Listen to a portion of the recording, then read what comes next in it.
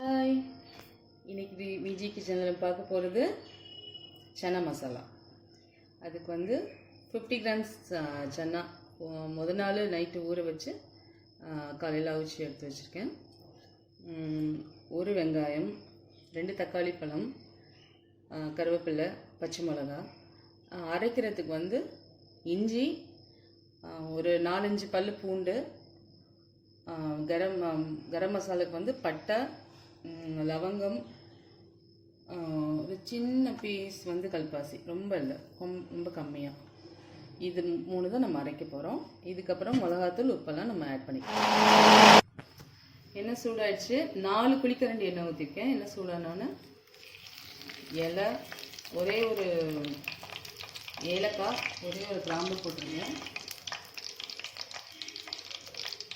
தாளிக்கிறதுக்கு சீரகம் கொஞ்சம் போட்டுக்கோங்க.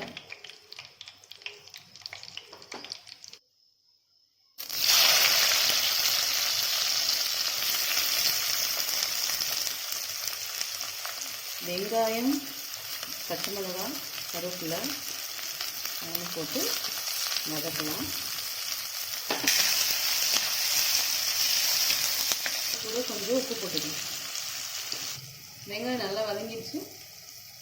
இந்த ஸ்டேஜில் நம்ம வந்து பட்டை அதெல்லாம் அரைச்சோம்ல, பூண்டு, இஞ்சிலாம் அதை போட்டுக்கலாம்.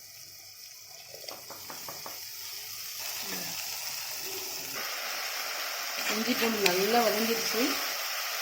இங்கே வந்து ஒரு ஸ்பூன் மஞ்சள் தூள், மிளகாத்தூள் வந்து நல்லா ஒரு டேபிள் ஸ்பூன் அளவு ஒரு ஸ்பூன்,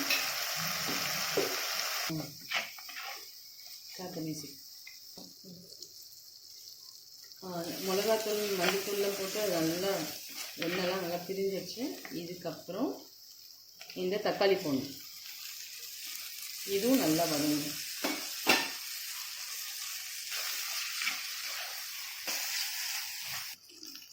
ஓகே, இந்த ஸ்டேஜில் நம்ம வந்து சன்னா போட்டுக்கலாம். சன்னாவில் வந்து லைட்டாக உப்பு போட்டு நான் வேக வச்சுருக்கேன். ரொம்ப கம்மியாக தான் போட்டிருக்கேன்.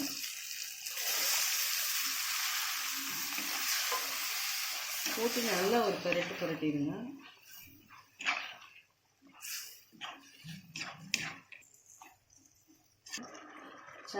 சன்னா வெந்த தண்ணியும் இதில் ஊற்றிக்கலாம். நல்லா அந்த தண்ணியோடு சேர்த்து அது ஒரு 10 நிமிஷம் கொதிக்கணும். அதுக்கப்புறம் பார்க்கலாம். மூடி போட்டு கொதிக்கிறோம். 10 மினிட்ஸ் ஆயிடுச்சு. நல்லா தீந்து வந்துச்சு பண்ணு. இதை நம்ம இப்படியே சர்வ் பண்ண போகிறதில்ல. இதை திரும்ப நம்ம குக்கரில் ஒரு விசில் வச்சு, ஹை ஃப்ளேமில் ஒரு விசில் விட்டுட்டு லோ ஃப்ளேமில் 5 மினிட்ஸ் வச்சு ஆஃப் பண்ண போகிறோம்.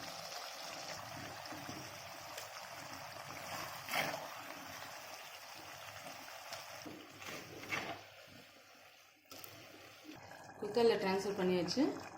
ரொம்ப கம்மியாக மல்லித்தூள், ரொம்ப கம்மியாக உள்ள போட்டால் போதும். இது வந்து ஒரு 4 பேர் சாப்பிட்ற அளவுக்கு தான் நான் சொல்லியிருக்கேன். 50 கிராம்ஸ் சிக்கீஸ் எடுத்துருக்கோம் 4 பேருக்கு. கூட வேணும்னா கூட அப்படியே நீங்கள் சேர்த்துக்கலாம். இது ஆக்சுவலாக குக்கர்லேயே பண்ணியிருக்கலாம். கொஞ்சம் நல்லா தெரியணுங்கிறதுக்காக வீடியோக்காக நாங்கள் வந்து வேறு பாத்திரத்தில் பண்ணிவிட்டு இதில் ட்ரான்ஸ்ஃபர் பண்ணியிருக்கோம். நீங்கள் ஒரே பாத்திரமாக குக்கரில் கூட பண்ணி அதுக்கப்புறம் நீங்கள் மூடி போட்டு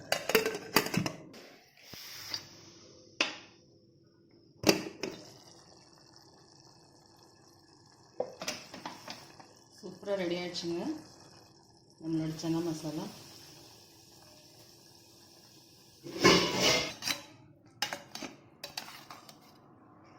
நம்மளோட சூப்பரான சன்னா மசாலா ரெடிங்க.